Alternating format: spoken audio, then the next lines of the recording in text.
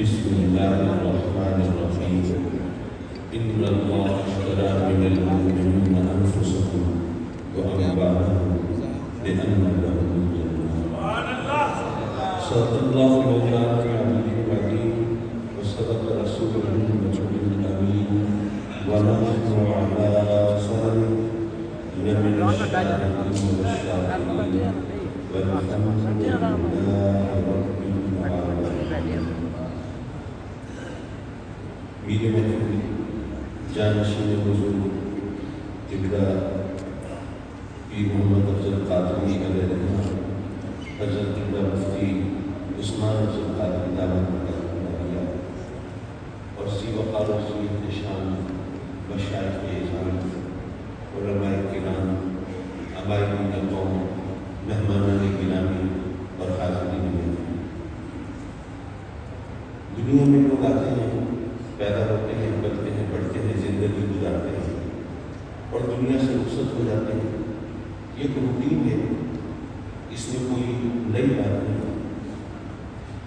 لیکن کبھی کوئی ایسی شخصیت ہوتی ہے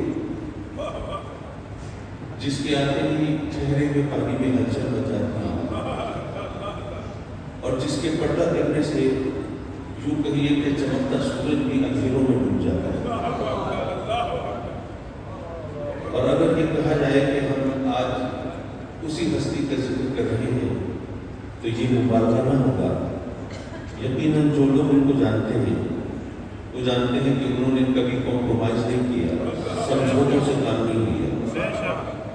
وہ کبھی اگر مگر کے چکر میں نہیں پڑے، انہوں نے کبھی عقیدے کے حوالے سے کمزوری نہیں دکھائی، کبھی مصلحت سے بھی کام نہیں کیا.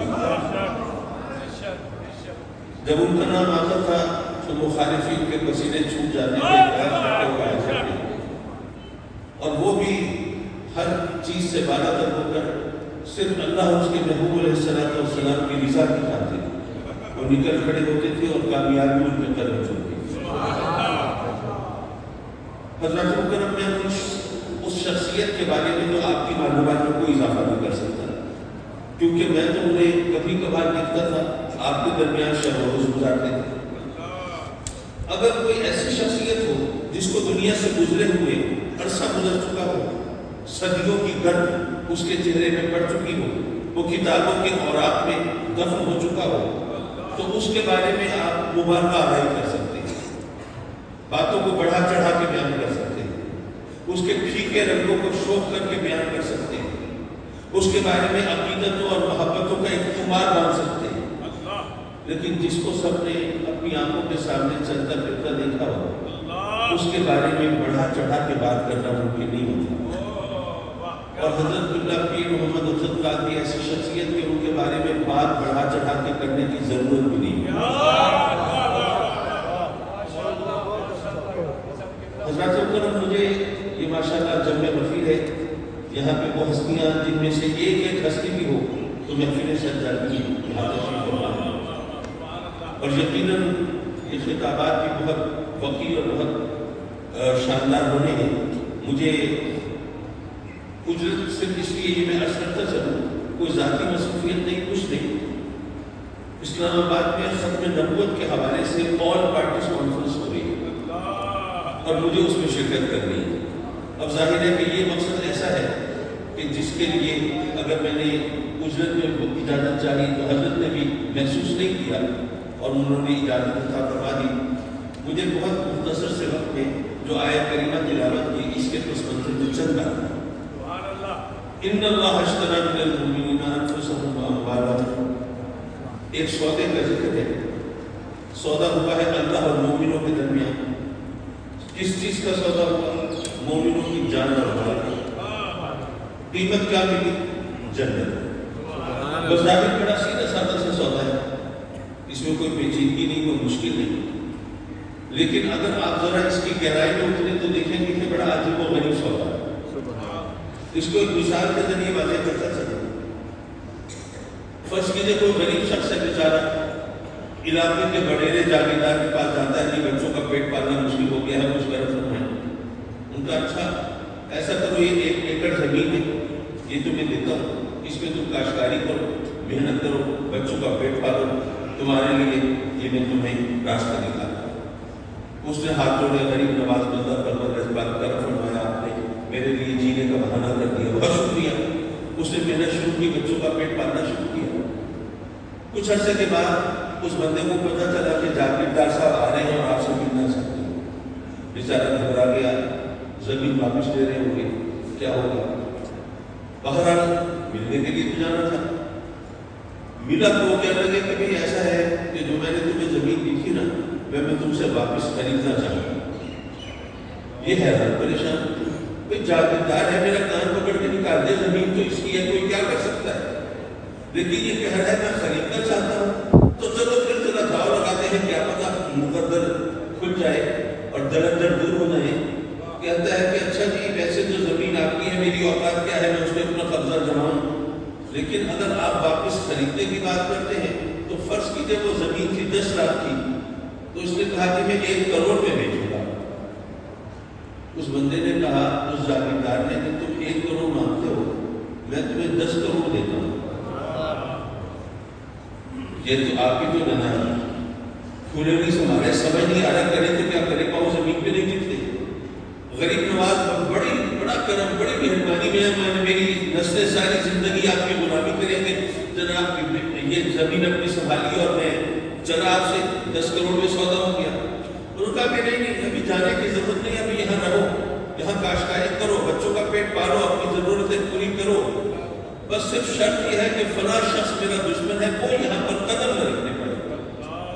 آپ نے کہا جناب مجال ہے اس شخص کی, قدم رکھے تو دیکھے, پاؤں توڑ دوں گا اس کا. میں جناب بہت شکر گزار, آپ کو سمجھنا ہے کیسا سودا ہے, زمین بھی اس کی تھی, بیچی بھی اس نے ہے, اور قیمت بھی وہ دی ہے جو میرے تصور و گمان سے بالا ہے.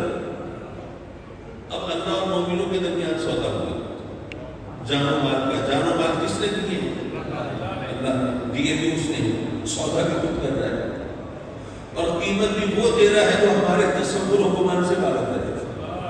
جنت کے بارے میں تو ہم سوچ بھی نہیں سکتے وہ کیسی ہوگی, اس کی نعمتوں کا عالم کیا ہوگا. یہاں ساری دنیا کا کوئی مالک بن جائے تو اس کے باوجود وہ جنت کی نعمتوں کا کوئی تقابل نہیں کر سکتا. تو وہ قیمت مل رہی ہے جو کہ ہمارے تصور و گمان سے بالا تھا. اور پھر یہ نہیں کہا کہ اچھا چلو یہ سودا ہو گیا, تم اب چھٹی کرو, نہیں, تم یہاں رہو, جتنی سانسیں تمہاری لکھی ہیں یہاں زندگی گزارو, یہ جان و مال سے فائدہ بھی اٹھاؤ, لطف و لذت کا سامان بھی تمہیں میسر ہو, اس سے مزے کرو. بس شرط اتنی ہے کہ شیطان کا سایہ تمہارے جان و مال پر پڑنا نہیں چاہیے. اب بتائیے ایسے سودے سے کوئی انکار کرے گا؟ ظاہر ہے کوئی نہیں کرے گا. لیکن ایک صاحب نے ایک بڑا عجیب و غریب سوال کر دیا, اس کا جواب بہت ضروری ہے. میں نے ان سے کہا کہ جناب یہ سودا ہو گیا اللہ سے, اور اللہ یہ نہیں فرمایا کہ آؤ سودا کر لو, کوئی پبلسٹی مہم نہیں چلا رہا, کوئی ترغیب نہیں دلا رہا, کوئی آپ کو بلا نہیں رہا کہ آؤ مجھ سے سودا کرو. قرآن میں ذکر ہے مومنوں نے یہ سودا کر لیا ہے اللہ سے. جب سودا کر لیا ہے تو آپ سوچئے کہ آپ نے کوئی زمین کسی کے ہاتھ بیچ دی ہو, آپ پھر بھی اس پہ قبضہ جمائیں, اس پہ اپنی مرضی سے لانے کی کوشش کریں, تو یا تو آپ کو سودا منظور نہیں ہے, آپ دوسری پارٹی کو تنگ کر کے وہ سودا کینسل کرنا چاہتے ہیں, آپ سمجھتے ہیں قیمت کم ملی ہے, میں زیادہ قیمت پہ بیچ دوں گا. یا دوسری صورت یہ ہو سکتی ہے کہ آپ سوچتے ہیں قیمت تو لے لی میں نے, زمین بھی میرے پاس ہے, یہ جس سے سودا کیا ہے وہ کمزور ہے, میں اگر قبضہ نہ دوں تو یہ کیا کرے گا. اب اللہ سے سودا ہوا ہے تو آپ سوچئے کیا اس سے زیادہ کوئی قیمت دے سکتا ہے؟ یا یہ کہ وہ معاذ اللہ کمزور ہے, آپ اپنا تصرف جماعت قبضہ کا اعلان کریں تو کچھ نہیں کر سکتے. ایسی تو کوئی بات ہو نہیں سکتی. تو پھر جب سودا ہو چکا تو اپنی جان و مال پر اپنی مرضی کیوں چلاتے ہو, یہاں پر اپنا تصرف کیوں جماتے ہو؟ تمہاری جان تمہارے مال کا سودا تو ہو چکا ہے نا, یہاں مرضی چلے گی اس کی, حکم چلے گا اس کا. لیکن جو اعتراض ہوا تھا اس کا جواب دے کے میں آپ سے جاننا چاہوں گا. اعتراض یہ کیا کہ قاضی صاحب بات تو آپ ٹھیک کر رہے ہیں, جب سودا ہو گیا ہمارا حق ختم ہو گیا, لیکن بات یہ ہے کہ سودے کے بعد حق ختم اس وقت ہوتا ہے جب قیمت مل جاتی ہے. اب جنت کے وقت سودا ہوا ہے تو جنت تو آخرت میں ملے گی. تو جب تک قیمت نہ ملے اس وقت تک اگر ہم اپنا حق جتا لیں تو اس میں تو کوئی قباحت نہیں ہے، اس میں تو کوئی خرابی نہیں ہے. اب یہ بات ہو سکتا ہے آپ لوگوں کے ذہن میں بھی کہیں کسی کونے قدری میں ہو اور آپ ادب نہ بول پاتے ہو. اب اس سوال کا جواب کیا ہو کہ جناب قیمت تو ملے گی آخرت میں، آج ہم سے جیسے کہتے ہو کہ نہیں جناب آپ اس پر حق نہیں جتا سکتے. میں آپ کے لیے حضرت تھوڑا سا وقت دے رہا ہوں، یہ بات ذرا میں سوچتا ہوں سمجھ آ جائے تو بہت کوئی فائدہ. ایک کہانی ہے جو اکنامکس کے اسٹوڈنٹس، معاشیات کے طالب علم کو بخوبی جانتے ہیں. آپ کے لیے وہ نہیں ہوگی لیکن دلچسپی ہے. دیکھیے انسان نے جب تہذیب کا سفر شروع کیا اور مل جل کر رہنا شروع کیا تو آپ جانتے ہیں کہ ہم مل جل کر رہتے ہیں، تقسیم کار کرتے ہیں. کسی نے گندم اگانی ہے، کسی نے کپڑا بننا ہے، کسی نے جوتا بنانا ہے، کسی نے برتن بنانے ہیں، کسی نے علاج معالجہ کرنا ہے. کام اپنے اپنے ذمے ہیں، مل جل کر رہتے ہیں اور اس طرح زندگی آرام سے گزر جاتی ہے. آپ سوچئے حجام، نائی، معاشرے کا کوئی بہت قابل ذکر فرد نہیں ہے، لیکن آپ کے گجرات کے علاقے میں اگر کوئی نائی نہ ہو، کوئی حجام نہ ہو تو ہم کسی کو منہ دکھانے کے نہ رہیں، یہ کچھ ہوگا نا. تو ہم مل جل کر رہتے ہیں، ہماری ضرورت ہے، مجبوری ہے. اب شروع کے اندر جب تہذیب کا سفر شروع ہوا تو اس وقت مل جل کر رہے تو اپنی ضرورتیں پوری کیسے ہوتی ہیں. کسان نے گندم اگائی ہے، چوراہے نے کپڑا بنایا ہے، موچی نے جوتا بنایا ہے، کمہار نے برتن تیار کیے. اب وہ موچی کو گندم چاہیے، اس نے کسان کو جوتا چاہیے، اس نے جوتا دے کے گندم لے لی. چوراہے کو برتن چاہیے اور کمہار کو کپڑا چاہیے. انہوں نے آپس میں اشیاء کا تبادلہ کر لیا. اس کو اکنامکس کی زبان میں کہتے ہیں بارٹر سسٹم. جنس کے بدلے جنس، جنس کے بدلے جنس. کچھ عرصہ تو کام چلتا رہا، پھر مشکل پیدا ہو گئی. جو چوراہا ہے اس نے گندم کھا لی، لیکن کسان کے پاس کپڑا بھی باقی ہے، اس کو ضرورت نہیں. اب کیا کرے؟ اب اس نے سوچا کہ اس کو کسان کو کپڑا نہیں چاہیے، کچھ اور تو چاہیے ہوگا. پتہ کیا تو پتہ چلا کہ اس کے برتن ڈھونڈ رہے ہیں. وہ کمہار کے پاس پہنچا، ہاں بھائی تمہیں کپڑا چاہیے؟ اس نے کہا کپڑا تو چاہیے. اچھا یہ کپڑا پکڑو اور مجھے برتن دو. اب کمہار سے برتن لے کے وہ چلا گیا کسان کے پاس کہ بھائی تمہیں کپڑا نہیں چاہیے، برتن تو چاہیے نا، چلو یہ برتن پکڑو اور مجھے گندم دے دو. اس طرح چکر چلتا رہا. کچھ عرصے کے بعد لوگوں کو زیادہ مشکل ہوئی تو انہوں نے سوچا کہ کوئی چیز ایسی ہونی چاہیے جس کے بدلے آپ جو چاہیں خرید لیں. تو سوچ وچار کر کے سونے اور چاندی کو زر مبادلہ قرار دیا گیا کہ سونا اور چاندی یہ ایسی چیزیں ہیں جن کے بدلے میں آپ جو چاہیں خرید لیں. اور وہ درہم و دینار بن گئے، سونے چاندی کے سکے ڈال دیے گئے. معاف کیجیے یہ آپ کو بہت خوش سی عجیب سی بحث لگ رہی ہوگی، لیکن نتیجے تک پہنچے گے تو انشاءاللہ آپ کی تسلی ہو جائے گی. اب ایسا ہوا کہ ایک علاقے کا کوئی زمیندار تھا، وڈیرا تھا. اس سے کسی بندے نے 100 روپے لینے تھے. وہ اس کے پاس گیا کہ جناب میرے 100 روپے آپ کے ذمہ وعدہ کر دیں. کہا کہ کوئی مسئلہ نہیں. انہوں نے اپنے منشی کے نام ایک چٹ لکھی، حامد حاضہ کو 100 روپے دے دیے ہیں. وہ چٹ لے کے جا رہا ہے منشی کے پاس پیسے لینے کے لیے. بازار سے گزرا تھا، اس کو کوئی چیز پسند آئی، مول تول کیا، سودا طے کیا. اب پیسے دینے کے لیے جیب میں ہاتھ ڈالا تو پیسے تو ہے نہیں. وہ چٹ کی کر آئی. اس نے دکاندار سے کہا بھائی ہمارا سودا ہو گیا ہے، سودا تم اب چیزیں اپنے پاس رکھو، ابھی میں جا رہا ہوں منشی کے پاس پیسے لینے، وہاں سے پیسے لے کے آتا ہوں، پھر پیسے دے کے تمہیں میں اپنا سودا لے جاؤں گا. اب دکاندار نے سوچا کہ گاہک چلا گیا، پھر پتہ نہیں واپس آنا ہے. اس نے کہا کیسی چیز ہے، کیا ہم ان سے پیسے لے دیں گے؟ اس نے کہا وہ زمیندار صاحب ہے نا اپنے، ان کی ایک چٹھ ہے منشی کو انہوں نے لکھا ہے تو میں ان سے پیسے لے کے آتا ہوں. اس نے دیکھا زمیندار کے دستخط پہچانتا ہے، منشی کے نام چٹھ ہے، حامد حاضہ کو 100 روپے ادا کر دو. وہ سوچتا ہے کہ چٹھ میرے پاس ہوگی تو مجھے مل جائیں گے 100 روپے. وہ کہتا ہے بھائی چٹھ مجھے دو، تم سودا لو، باقی پیسے مجھ سے لو، تم جاؤ اور میں جا رہا ہوں منشی لگا. وہ بندہ سوچنے لگا یہ تو بڑا اچھا ہے، میرا تو سودا پھیرا بچ گیا. اسی طرح کئی بار ہوا چٹوں کے بدلے لوگوں نے سودے کیے تو حکومت نے سوچا کہ ہم تو سونے چاندی کے سکے بناتے ہیں، کبھی چوری بھی ہو جاتے ہیں، کبھی لوگوں کا نقصان بھی ہو جاتا ہے، بن بھی جاتے ہیں، تو اگر ہم بھی رسیدیں اور چٹیں دے دیں تو کتنا آسان ہو۔